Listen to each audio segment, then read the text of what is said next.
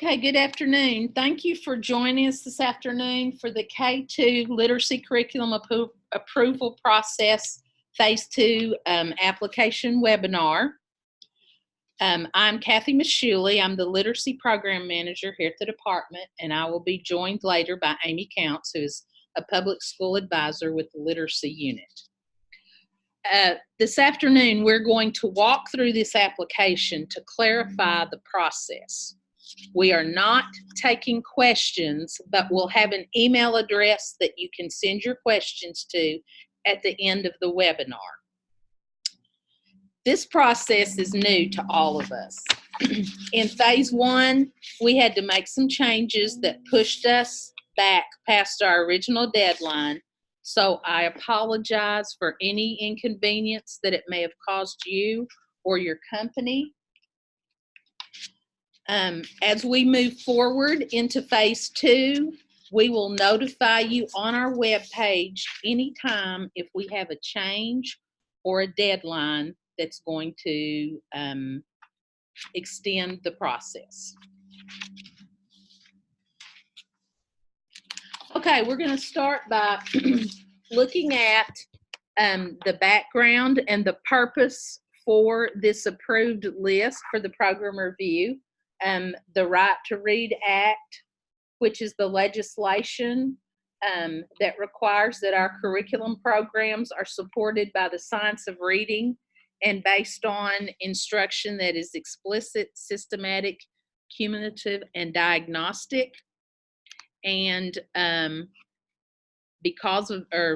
a result of that law, the Arkansas Division of Elementary and Secondary Education is charged to identify and create an approved list of materials, resources, and curriculum programs for public school districts and open enrollment public charters.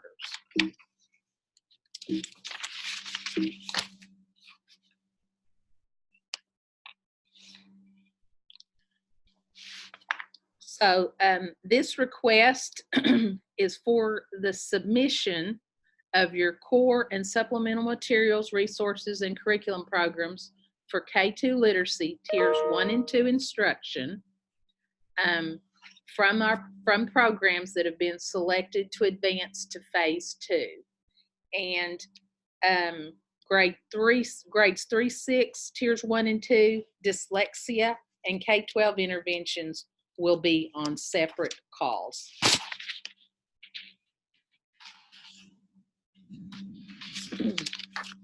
So just an overview of the eligibility process. In phase 1, that was a preliminary review of the K-2 literacy programs. You have met all the eligibility requirements for phase 1 in order to be advanced to phase 2. Phase 2, which you are now entering, is the full review of your K-2 literacy program. And you will be asked to submit the required eligibility criteria information that we need in order to conduct that full review. In phase 2 of this submission process, we're going to ask that you explicitly mark and label the location of the required components with your submission materials. It's important to note the completion of requirements for phase 1 eligibility does not guarantee final approval. You still must complete and submit your phase 2 program review to be approved, and for it to be approved before you're included on the division's 2021 approved list.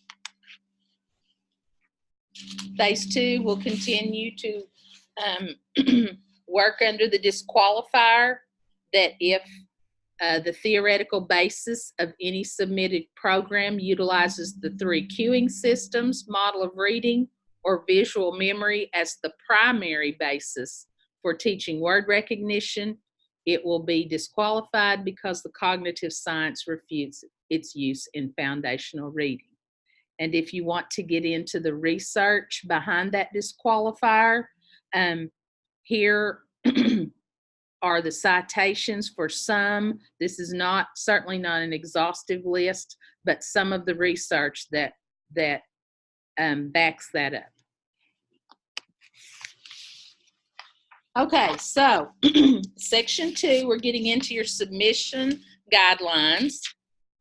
The submission of this phase 2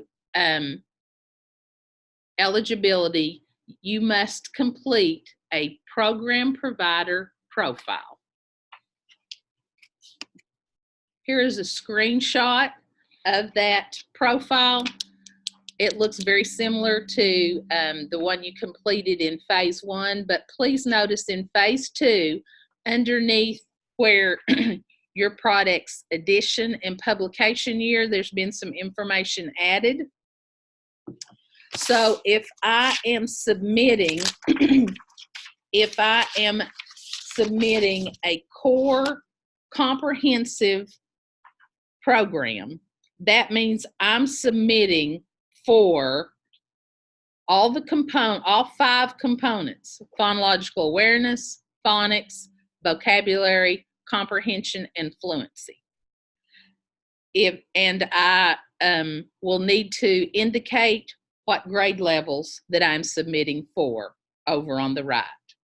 Kindergarten, first and second, if I'm submitting for all of them. If I'm only submitting for kindergarten, I'll indicate that as well over on the right.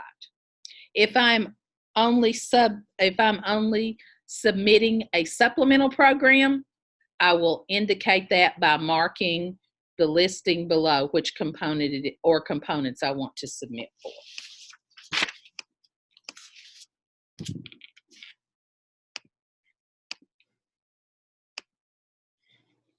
Okay. In your submission, please note, first and foremost, incomplete program provider profiles will not be reviewed. Your submissions also, your application must be submitted electronically as one PDF document, and that will include that profile, your ancillary documents, and you have a file name that needs to follow the format that is given. You will be submitting 2 hard copies. Your hard copies should be clearly tabbed, labeled, and bound. And we're going to talk about that a little bit more later. Please do not include hyperlinks. If you have hyperlinks in there and you have critical information, for example, if my detailed scope and sequence was in a hyperlink, we will not be checking hyperlinks. So therefore, it might cause you to be taken out for consideration because we don't have the information we need. You're going to need to send all your electronic and hard copies to Brooke Butler at the email address and physical address given below, and make sure that those are submitted electronically and postmarked by no later than 11:59 p.m. January 3rd of 2020.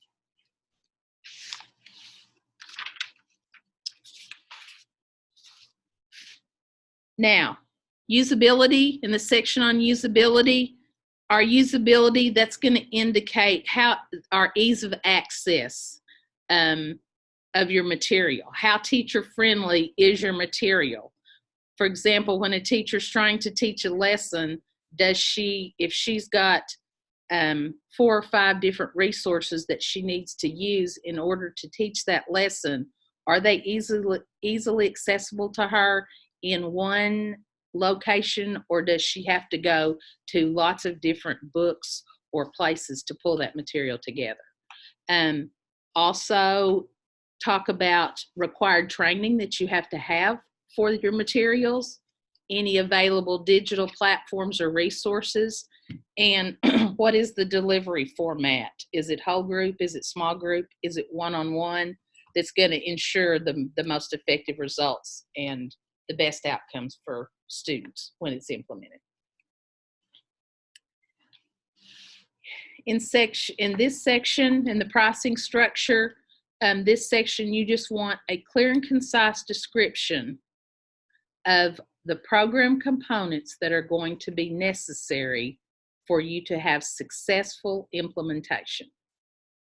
So everything that's included for successful implementation.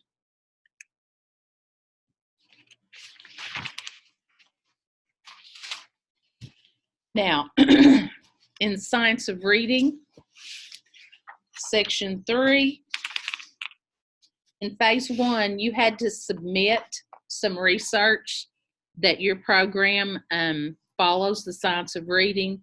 In this section, this is any additional research that you want to submit in support of the Science of Reading. It's that research that demonstrates how your program submitted for review was designed based on your research findings and is producing effective results and improving outcomes when implemented. So research, and you'll notice we have defined research-based for you. So it's research evidence that the program is of sound practice. So what design is your program based on? What research backs that up that says it's sound practice? And then in evidence-based, how is that design working? What are your outcomes?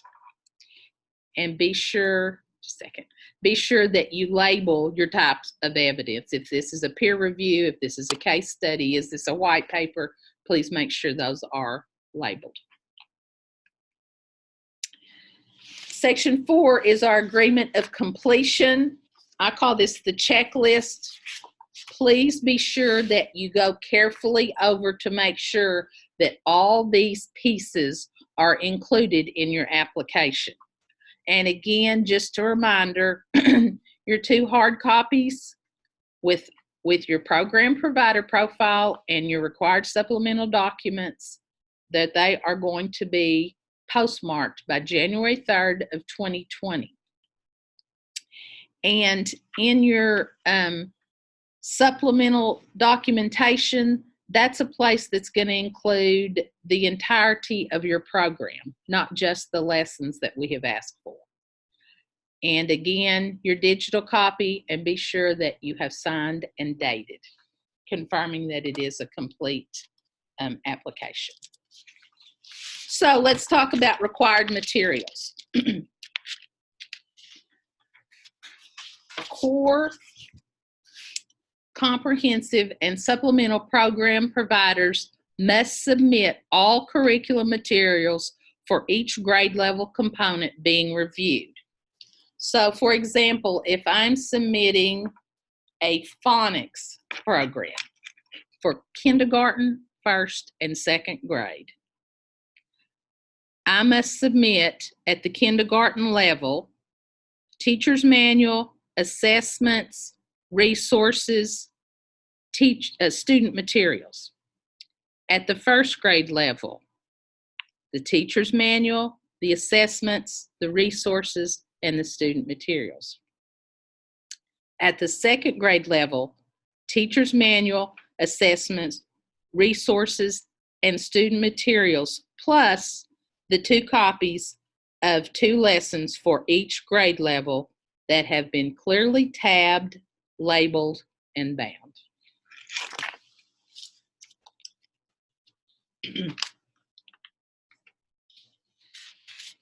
If I'm a program provider that is submitting a comprehensive program for review, I must submit the documentation for the program that addresses all 5 essential reading components: phonological awareness, phonics, vocabulary, fluency, and comprehension.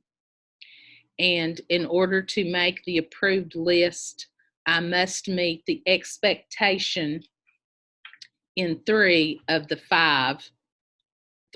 five essential reading components. If I'm a supplemental program provider, I will just provide documentation for the component, the essential reading component that I would like to have reviewed.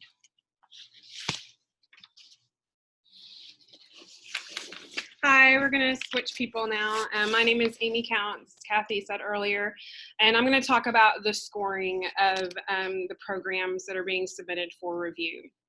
So and the first thing we want to emphasize is that each component, that's phonological awareness, phonics, vocabulary, comprehension, and fluency, will be scored independently.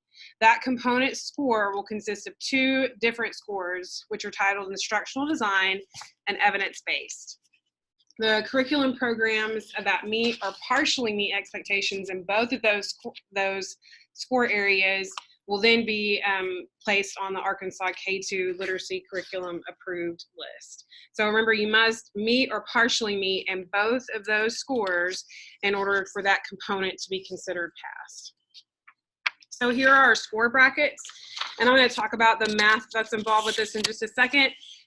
But as your instructional design component score, you've got meets or partially meets expectations, and then does not meet, and then evidence-based is meet or does not meet. So those are the scoring brackets that each score, the pass brackets.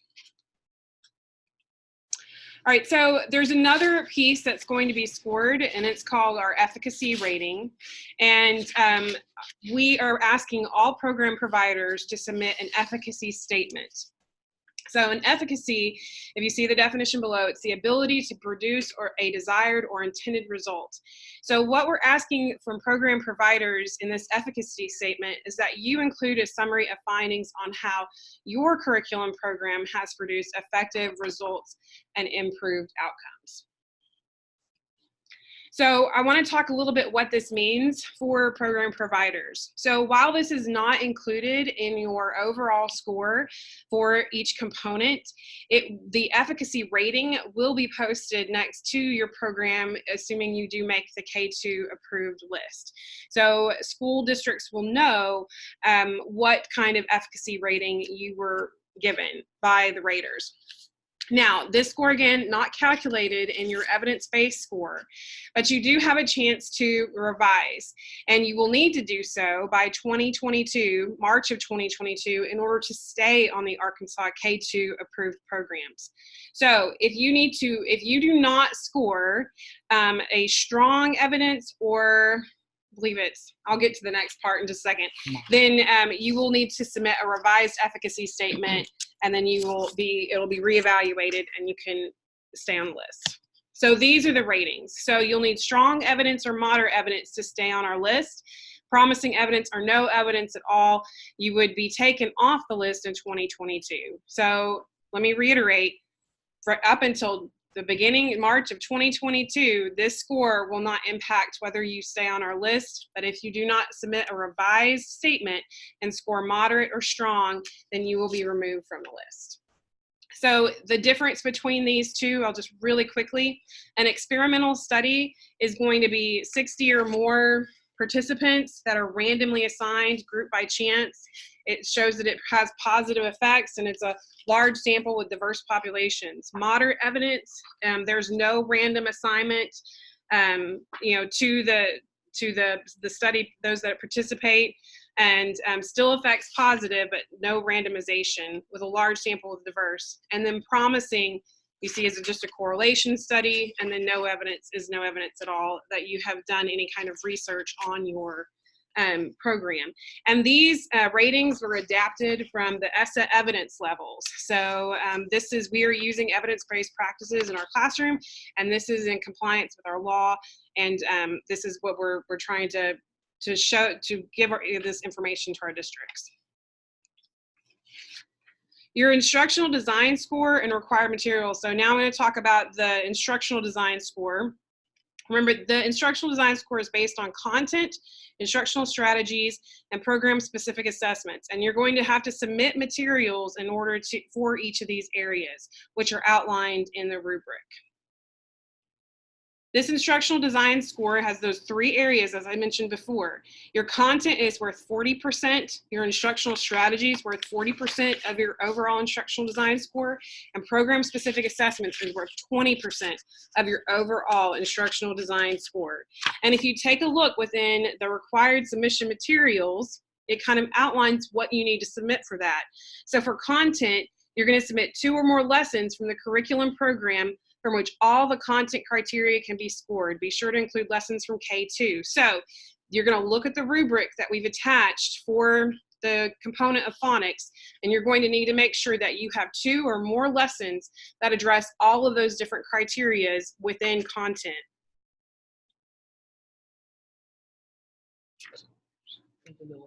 Okay, I think we all right.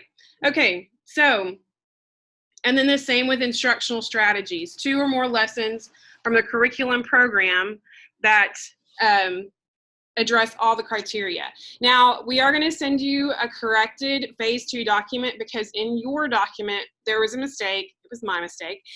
Instructional design is there. So it should have been instructional strategies. So we will send you an updated document, which will supersede this one. So there's just minor little changes that were just for clarity for you.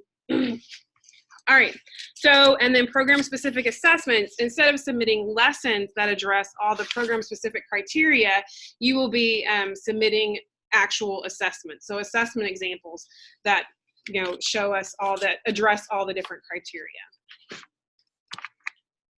So your instructional design score, here you have the formulas that are provided.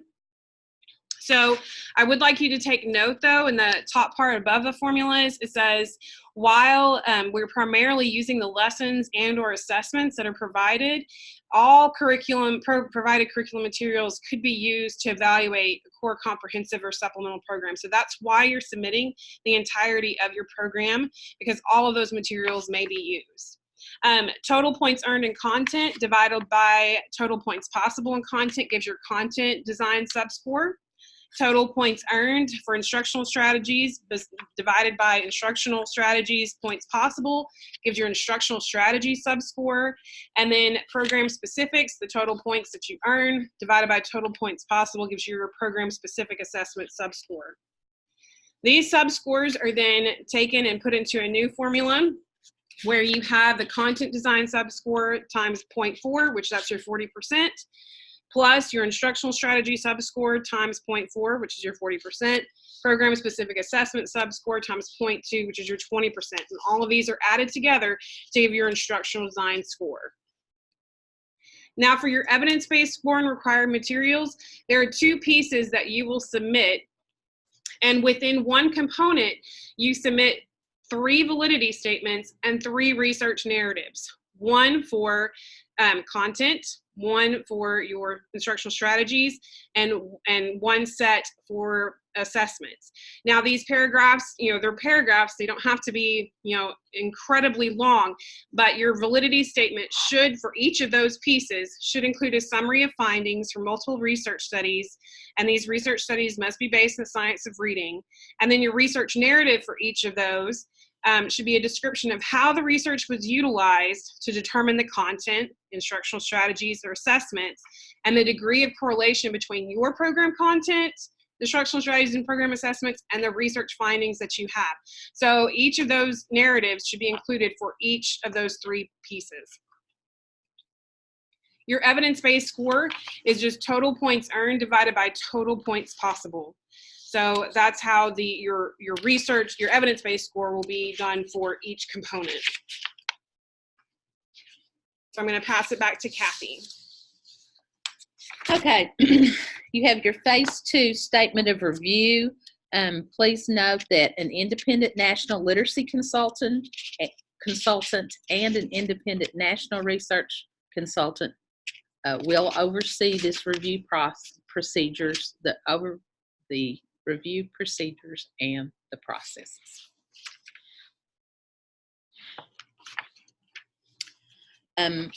Also that the rubric is going to be used to evaluate the curriculum resources And once that has been done and a score has been determined, those that meet expectation or partially meet expectation in instructional design and meet expectations in evidence-based research, they will be listed on the Arkansas approved list of K-2 literacy curriculum resources for 2021. The programs that partially meet expectation in instructional design will be posted with an explanation of the findings. This is just a screenshot of a piece of one of the rubrics to remind you this is what your program will be scored by. And we've created a template for you to utilize so that you put all the pieces in the right order. This is not required. I just thought that this might kind of help you put everything that you needed in one spot. First, you have the curriculum program and then an efficacy statement. That's one efficacy statement for each program provider. So even if you're submitting for a comprehensive core program, you only submit one efficacy statement for the entire program. Supplemental program providers as well, one efficacy statement for your entire program. And then on this, we have all the pieces that you would need for one component. Please note, if you're submitting for more than one component, then this page, you would follow this format for each component you're submitting for. So curriculum program, the component, the content validity statement, the research narrative, and then you would attach lessons that with all the content criteria from the rubric labeled. Instructional strategy, same thing. Validity statement for instructional strategies, your research narrative, and the attached lessons with all the instructional strategies criteria labeled. Program specific assessment, same thing. Validity statement, research narrative, and then your assessment with all the criteria labeled. Okay, this is also just a reminder, these two important dates. Your Phase 2 submission deadline, January 3rd, 2020. If your program did not score strong or moderate in the efficacy section, then your resubmission deadline for that would be January 31st of 2022 in order to remain on the list.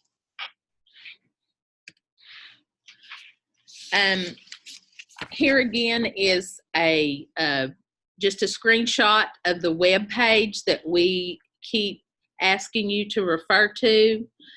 This is where information keeps being added about the process. Anytime there's going to be a change or an extension, there's going to be a tab that's going to be added to this page that's for Phase 2 application notifications. So if a deadline needed to be extended by a week, then you will be notified on that tab. So please keep checking this web page for any changes or new information. If you have questions, please submit your questions to this email address below, and we will answer them as quickly as we possibly can, because we do want to answer any questions that you have. Okay. If after the webinar, anytime you do have a question or you need something clarified, please contact myself at my email address listed, or Dr. Tiffany Pride, who's the Director of Curriculum Assessment, and there's her email address, and we will be more than happy to answer your questions. So I would like to thank you for taking your time to join us this afternoon. Anything we can do to help you in this process, please let us know. Thank you. Thank you.